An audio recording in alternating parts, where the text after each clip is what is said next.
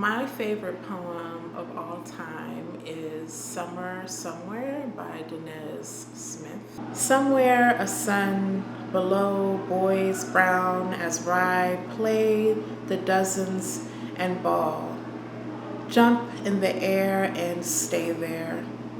Boys become new moons, gum dark on all sides, beg bruise blue water to fly, at least tide, at least spit back a father or two.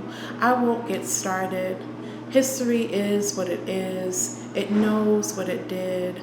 Bad dog, bad blood, bad day to be a boy, color of a July well spent.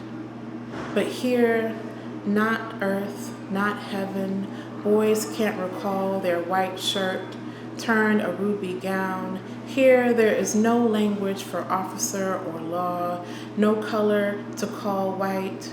If snow fell, it'd fall black. Please don't call us dead. Call us alive somewhere, someplace better.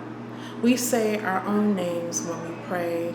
We go out for sweets and come back. It's like a 20-page poem, and it's a poem that I've written about in school, like grad school, and it's a poem that I just return to and teach and absolutely love for what it does. And yeah. What do you love about that poem? What is it about it that makes it special? That the possibilities that the poet imagines on the page, like this alternate heaven, utopia place for Black men and boys, and the fact that nature is so important in that poem and like it's part of the magic. I just absolutely love it, and I just love thinking about Black people and nature, and so that is like one of my favorite poems. It makes me think anything is possible.